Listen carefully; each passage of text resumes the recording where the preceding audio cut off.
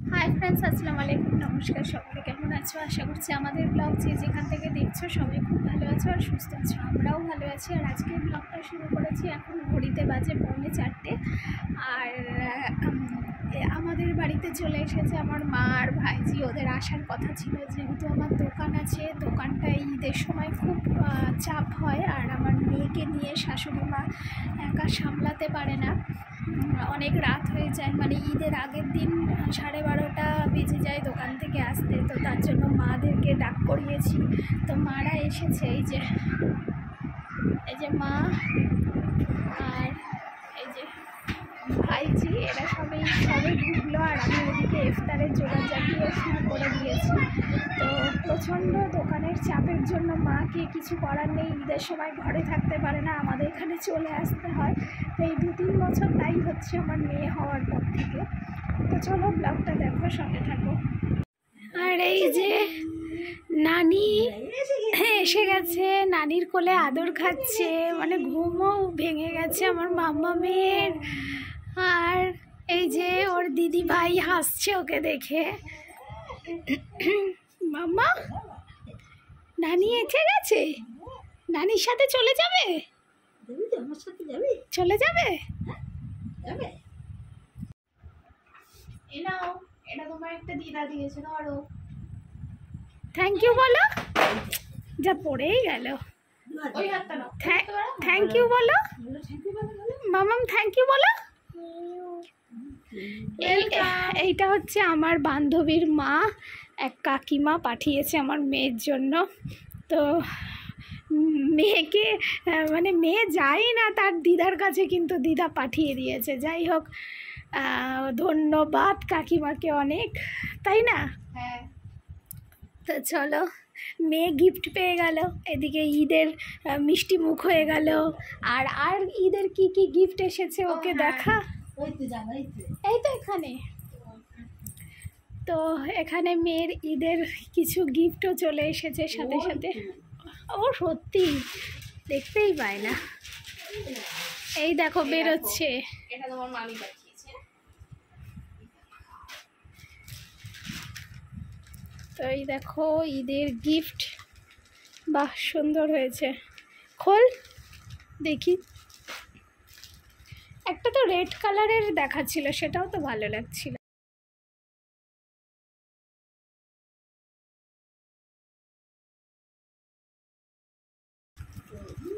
এটা কার? এটা ভালো লাগছে। এইরকম পাতলা জামাগুলো মানে সব সময় পরে ফেলতে পারবে। এইরকম একটা ছিল গেঞ্জি কাপড়, এই আর একটা, ও এটাও পুরো মানে পিওর গেঞ্জি, বেশ সুন্দর হয়েছে। টপ আর সাথে কি স্কার্ট।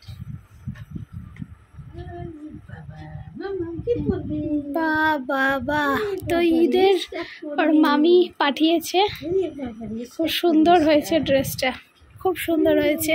মামাম থ্যাংক ইউ মামি বলো। বলো বলো বলো থ্যাংক ইউ মামি, বলবে তো?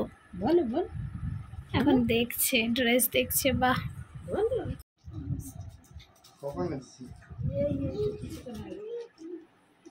কার কোলে বসে আছো? কি আদা রসুন? না, এটা আঙুর আছে। ব্যাগ নিয়ে যাওয়া হয়নি, ব্যাগটা এত ভারী হয়েছে। কার কোলে বসে আছে বলছে, শোনো কার না। কোলে বসে আছে?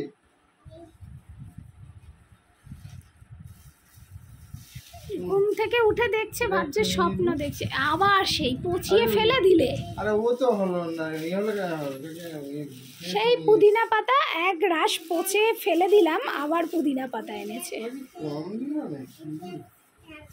কি বলছে গো, কি বলছে? ও জেমস খেয়েছে। জেমস খেয়েছে? কই কোথায় গালে আছে জেমস? কেন খেয়ে নিয়েছে? কি কি দেখছো? এটা আদা। কলা নিয়েছি, কিন্তু কলাগুলো তো সেই পাকা পাকা, তোমায় বললাম এটা সবুজ সবুজ দেখে। এই আজকে যেটা আছে, এই এতগুলো আছে এখানে।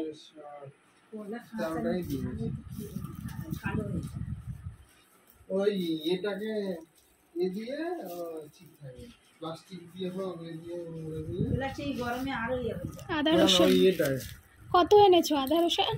এত ঠান্ডা ঠান্ডা লাগছে কেন? কি ছিল ওই এরকম? এটা ছিল ওই এটা ছিল না পুদিনা পাতা ও। এটা একটু মুছে দাও তো।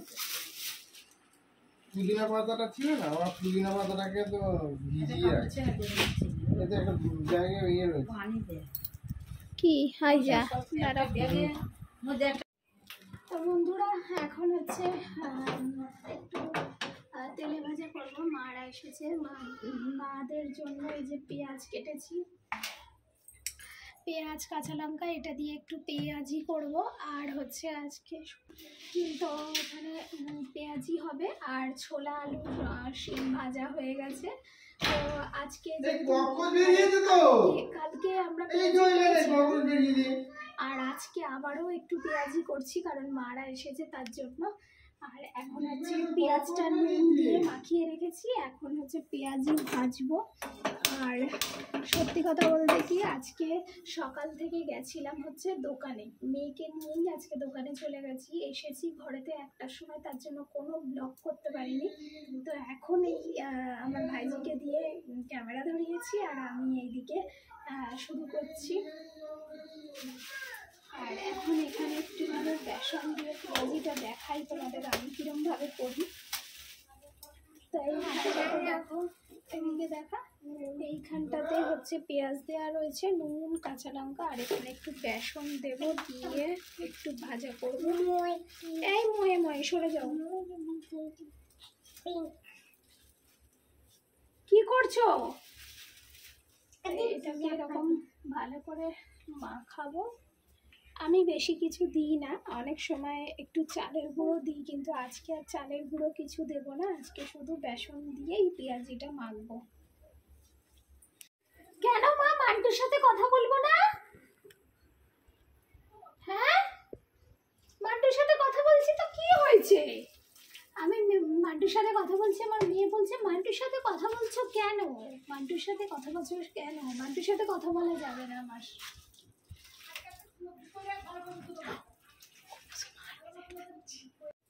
তো এখানে আমার পেঁয়াজির মাখা হয়ে গেছে বেসন দিয়ে, আর একটু বেশি মোটা করব না, অনেকজন মেম্বার, তাই পাতলা পাতলা করে পেঁয়াজি দেব।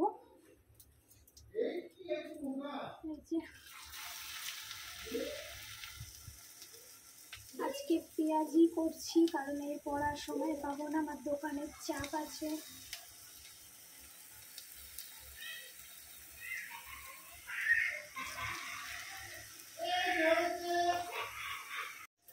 তো এই যে আমার পেঁয়াজির লাস্ট পেঁয়াজি ভাজা কমপ্লিট হয়ে গেল।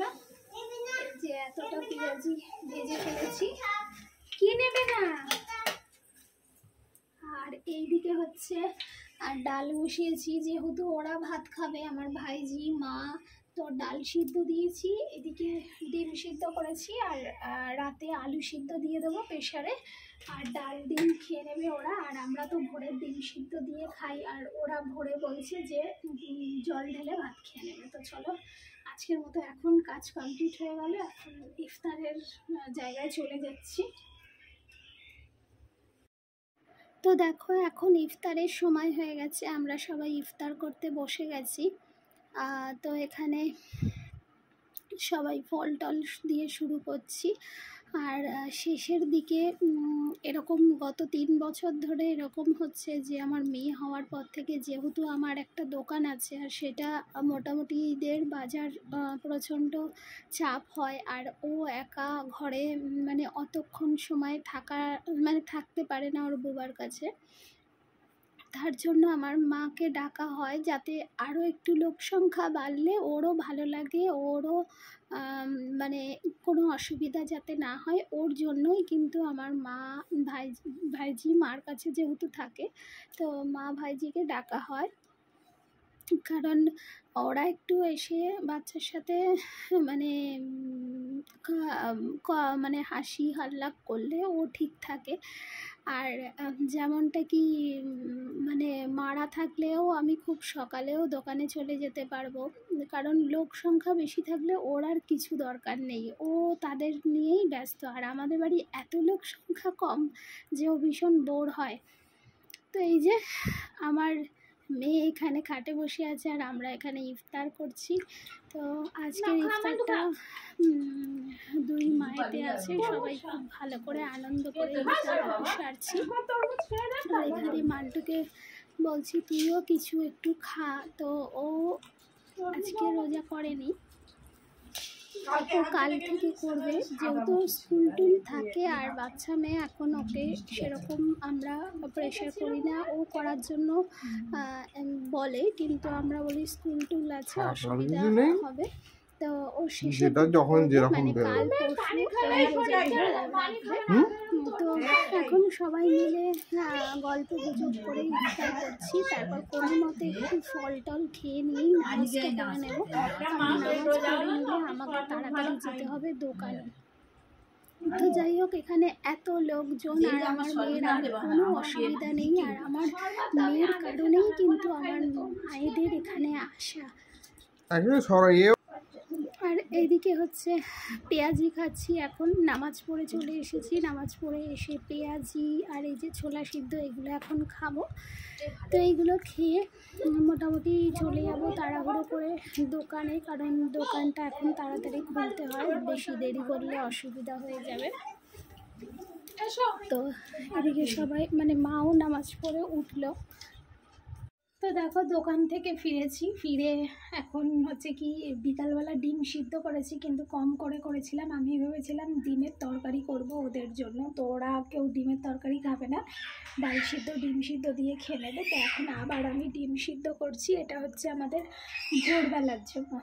তো এখন ডিম সিদ্ধ করছি আর মেয়ের ডিম সিদ্ধ করা আছে, মেয়েকে এখন খাইয়ে দেবো। এখন 10টা বাজে, আর একটু ঘর ঝাড় দেবো, ঘর যেন কিচকিচ করছে এরকম ব্যাপার। আর আজকে দোকান থেকে এসেছি অনেকটা লেট করে, তখন 9:30 বাজে।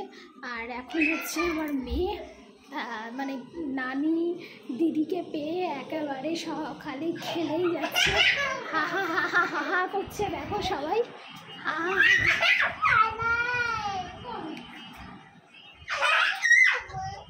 মানে সারাক্ষণ মানে খেলছে, মানে ও এটাই চায় ঘর ভর্তি লোক থাকবে, তাহলে ও ভীষণ খুশি, মানে তাহলে আর কারোর প্রয়োজন নেই, বা ফোনও দেখতে চায় না, ঘর ভর্তি লোকের দরকার। তো এই যে এখন দেখো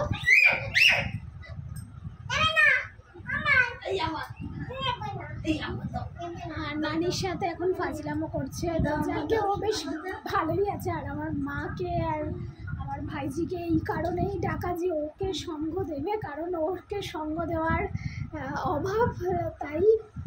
তো চলো আবার দেখছি। তো এই যে এখন খাওয়া হয়ে গেছে, মানে মান্টুর ডিনার হয়ে গেছে, আমার মেয়ের ডিনার হয়ে গেছে। এখন এই বালিশের ওয়ার্ডটা লাগাচ্ছে, আর আমার মা অলরেডি ঘুমিয়ে পড়েছে, কারণ উনি অনেক ভোরে ওঠে, সেই 3:30 ওঠে, সারাদিন ঘুমায় না। তো আর আমার মেয়ে দেখো আমার কন্টিনিউ আমার মাকে ডিস্টার্ব করে যাচ্ছে। তো ওরা এই রুমে থাকবে, আমাদের কেউ আসলে আমরা এই রুমেই পড়বে, এক্ষুনি পড়তো একেবারে, আমাদের কেউ আসলে এই রুমেই থাকা হয়। তো এই যে এখানে মান্টু আর মা শোবে, আর আমরা যেরকম ওখানে শুই। এই এখন সমস্ত ঘর টরগুলো ভালো করে ঝাড় দিলাম, এই যে। তো চলো এখন মাম্মাম চলো ওই ঘরে।